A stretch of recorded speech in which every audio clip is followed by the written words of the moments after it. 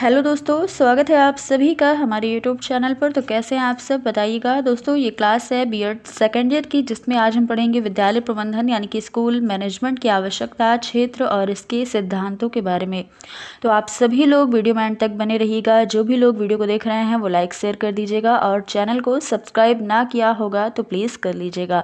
देखिए, इसके पहले जो हमारी क्लास हुई है बीएड सेकेंड ईयर की, उसमें हमने जाना है विद्यालय प्रबंधन का अर्थ, परिभाषा और उसके उद्देश्यों को। तो अगर आपने उस वीडियो को ना देखा होगा तो उसे ज़रूर देखिएगा, वहाँ से आपको विद्यालय प्रबंधन के बारे में और भी सारी चीज़ें क्लियर हो जाएंगी। देखेंगे सबसे पहले कि विद्यालय प्रबंधन की हमें आवश्यकता क्यों है, क्यों हमें इसकी नीड है। तो किसी भी विद्यालय के या किसी भी संस्था के उचित ढंग से कार्य करने के लिए वहाँ सुव्यवस्था का होना अति आवश्यक है। तभी उसमें दी जाने वाली शिक्षा भी वांछित होगी और बेहतर होगी। उसके द्वारा राष्ट्र के भावी नागरिकों का व्यक्तित्व तथा सामाजिक विकास संभव हो पाएगा। विद्यालय समाज का एक लघु रूप ही है, तो जिसके द्वारा विद्यार्थियों का सर्वांगीण विकास किया जाता है, अर्थात छात्रों के मानसिक विकास के साथ ही साथ उनका शारीरिक विकास, बौद्धिक, सामाजिक, नैतिक और सांस्कृतिक विकास, मतलब सर्वांगीण विकास किया जाता है विद्यालय में। ये सारे विकास होने बहुत ही ज़्यादा आवश्यक है। विद्यालय प्रबंधन के अभाव में ना तो विद्यालय की साज सज्जा की पूर्ति की जा सकती है, और ना ही उचित पाठ्यक्रम बनाया जा सकता है, ना ही पाठ्य सामग्री और उपकरणों की व्यवस्था की जा सकती है, और ना ही समय विभाग चक्र उपयुक्त हो सकता है, और ना ही अध्यापकों के कार्य पर भी भली भांति नियंत्रण रखा जा सकता है। तो अगर विद्यालय प्रबंधन का अभाव होगा किसी विद्यालय में, तो वहाँ पर चीज़ें अस्त व्यस्त रहेंगी, कोई भी कार्य ढंग से नहीं होगा, ना ही बच्चों का विकास हो पाएगा ढंग से, ना ही किसी भी टीचर को नियंत्रण में रखा जा सकता है। किसी भी टीचर का जो मन करेगा वो करेगा, ना ही पाठ्य सामग्री होगी बच्चों को पढ़ाने के लिए, ना ही कोई अच्छा सा पाठ्यक्रम होगा, ना ही सिलेबस होगा। तो इसलिए हमें विद्यालय प्रबंधन की आवश्यकता होती है कि हम विद्यालय के साथ साथ बच्चों का भी विकास कर सकें। आगे देखिएगा, विद्यालय प्रबंधन के अभाव में ना तो विद्यालय की साज सज्जा पूर्ण की जा सकती है, और ना ही उचित पाठ्यक्रम बनाया जा सकता है। ये तो आपने देख लिया। तो बिना समुचित प्रबंधन के शिक्षण का कार्य कदापि नहीं हो सकता।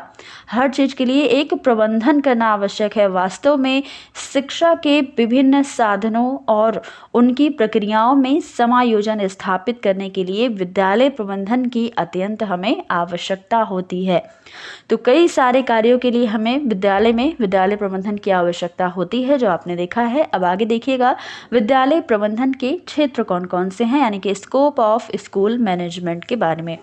विद्यालय प्रबंधन का समस्त कार्यभार प्रधानाध्यापक के अधीन ही रहता है, प्रबंधक के अधीन रहता है। तो प्रधानाध्यापक को घड़ी की सुइयों के केंद्र के समान विद्यालय के केंद्र के रूप में माना गया है। किसे? प्रधानाध्यापक को।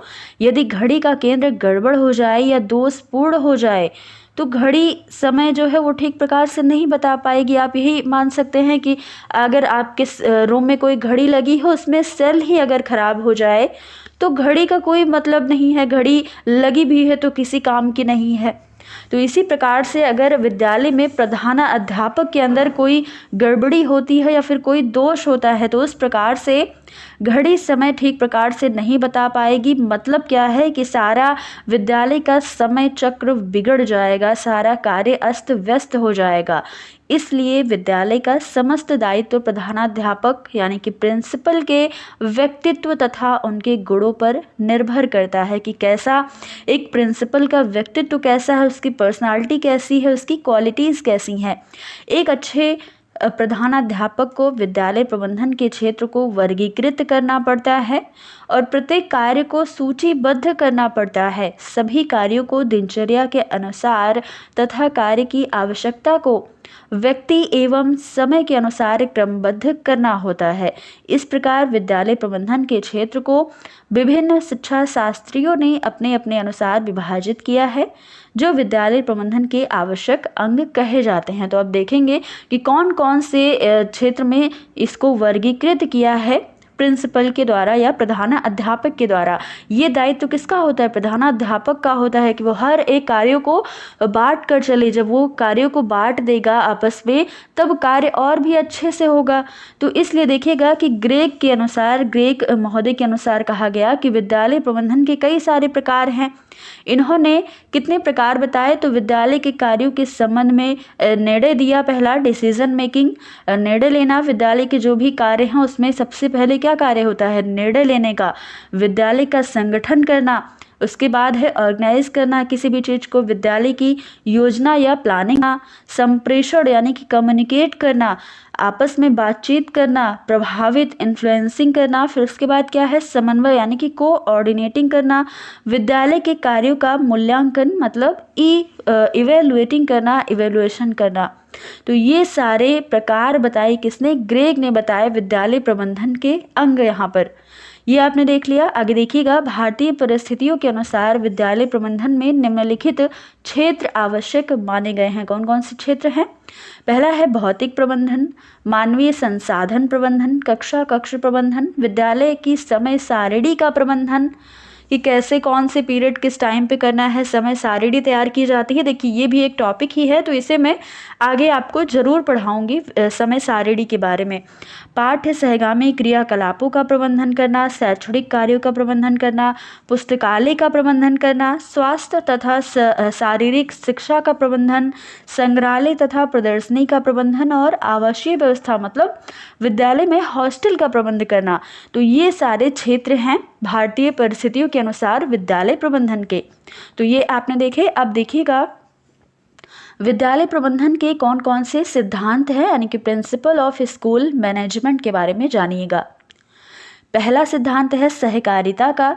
रायबर्न के शब्दों में कहा गया कि विद्यालय के लिए सबसे आवश्यक बात यह हो जाती है कि वह एक सहकारी सभा के रूप में कार्य करे, मतलब मिलजुल कर कार्य करे, एक दूसरे का सहयोग लेकर कार्य करे।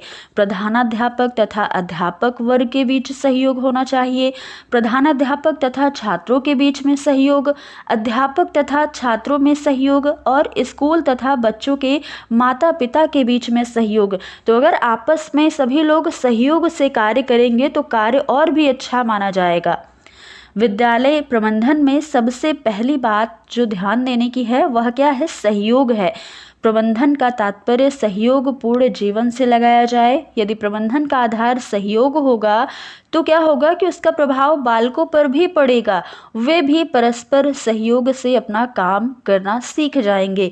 वे क्लास में आपसी बच्चों के साथ सहयोग करके सीखेंगे हर चीज़ें। जो भी टीचर बताएगा वो आपस में अपने दोस्तों के साथ, जो उनके सहपाठी हैं उनके साथ भी वो सहयोग के द्वारा चीज़ों को समझने का प्रयास करेगा, डिस्कशन करेंगे आपस में, तो बच्चे और भी अच्छे से सीखेंगे। लेकिन कैसे? जब बड़ों को देखेंगे, जब टीचर्स को देखेंगे, जब अपने माता पिता को देखेंगे अपने टीचर के साथ सहयोग करते हुए, या फिर प्रिंसिपल और टीचर का सहयोग देखेंगे, तो इसी प्रकार से बच्चे भी सीखेंगे। आगे देखिएगा सामाजिकता, ये भी एक सिद्धांत है। तो विद्यालय का प्रबंधन इस प्रकार से किया जाए कि समाज और विद्यालय परस्पर एक दूसरे के निकट आ जाएं, क्योंकि विद्यालय क्या है? समाज का एक लघु रूप है। तो विद्यालय की विभिन्न क्रियाओं का संगठन समाज की आवश्यकताओं को ध्यान में रखकर ही किया जाए। अगला है लचीलापन, अनुकूलता तथा स्थिरता। तो विद्यालय प्रबंधन अधिक जटिल तथा दुरूह ना हो, इसका गतिशील होना परम आवश्यक है। इसमें बात यह है कि लचीलापन होना चाहिए। कोई भी आप कार्य करे हो, जब विद्यालय प्रबंधन किया जाए तो इसमें लचीलापन हो। मतलब कोई भी लकीर खींच दी गई तो इसका मतलब ये नहीं है कि बस ये लकीर खींच ही दी गई। जब कोई ज़रूरी काम आ जाए या फिर कोई ऐसी चीज़ हो जाए जिसे हमें वो लकीर तोड़नी पड़ जाए, तो इस तरीके से लचीलापन होना चाहिए कि जब भी हम चाहें उसमें परिवर्तन कर सकें, उसमें चेंज कर सकें। तो ये होता है लचीलापन।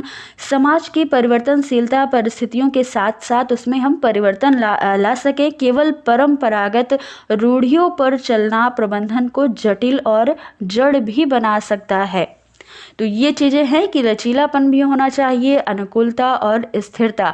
विद्यालय प्रबंधन के समय ये सारी चीज़ों का ध्यान भी रखा जाए। अगला है स्पष्टता तथा सुव्यवस्था होना। तो पाठशाला में जो भी प्रबंध किए जाएं वह स्पष्ट तथा सुनिश्चित होने चाहिए। दूसरे शब्दों में प्रबंध, पाठ्यक्रम, अध्यापन, परीक्षा तथा अनुशासन आदि मतलब इन सबका परस्पर ठीक संबंध होना चाहिए। चीज़ें सुव्यवस्थित तरीके से हों और स्पष्ट तरीके से हों। अगला है मानवीय आधार। तो विद्यालय को एक जड़ या निर्जीव जड़ ना माना जाए। जिस प्रकार कोई मशीन बिना चलाए नहीं चलती, उसी प्रकार यंत्रवत प्रबंध भी बिना आदेश के नहीं चलता। अतः विद्यालय प्रबंधन में मानवीय आधारों को एक अवश्य महत्व देना चाहिए। यह ध्यान में रखने की बात है कि अध्यापक और छात्र दोनों ही चेतनायुक्त क्रियाशील प्राणी हैं। इसके साथ जड़ पदार्थों जैसे व्यवहार करना अनुचित नहीं है, मानव जैसा व्यवहार किया जाए। तो ये भी आपको ध्यान रखना है। आगे देखिएगा विचार। तो विचार विनिमय, इसमें क्या बात आ जाती है। तो विनिमय के आधार पर प्रबंधन को एक सहयोगपूर्ण भावना पर आधारित करने के लिए विचार विनिमय को विशेष रूप से महत्व दिया जाए। ऐसे अवसर प्रदान किए जाए अध्यापक को या छात्र को, सभी लोगों को ऐसे अवसर प्रदान किए जाए जिससे छात्र, अध्यापक तथा प्रधानाध्यापक आपस में मिलजुल कर विचार विनिमय के द्वारा उनकी जो भी कमियां हैं उसे समझने का प्रयास करें तथा उसके जो दोष हैं उसको सहयोगपूर्ण ढंग से दूर करने का प्रयास कर सके। अगला है प्रबंधन को केवल साधन माना जाए। विद्यालय प्रबंधन को केवल उत्तम साधन के रूप में लिया जाए, उसे शिक्षा के उद्देश्य की प्राप्ति का साधन मात्र ही माना जाए, न कि साध्य माना जाए। जिन विद्यालयों में प्रबंधन को अधिक महत्व दिया जाता है वहाँ एक प्रकार से सैनिक अनुशासन का वातावरण बना रहता है।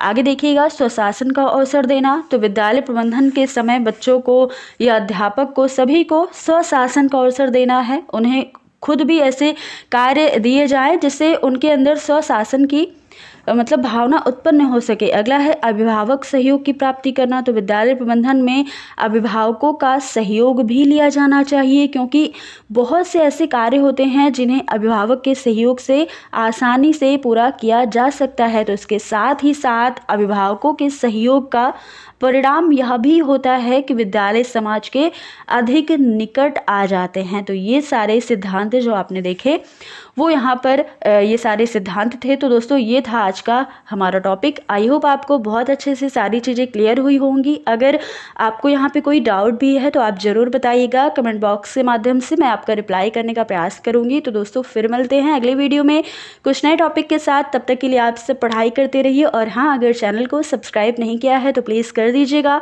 और इस वीडियो को ज़्यादा से ज़्यादा लोगों तक शेयर कर दीजिएगा। धन्यवाद।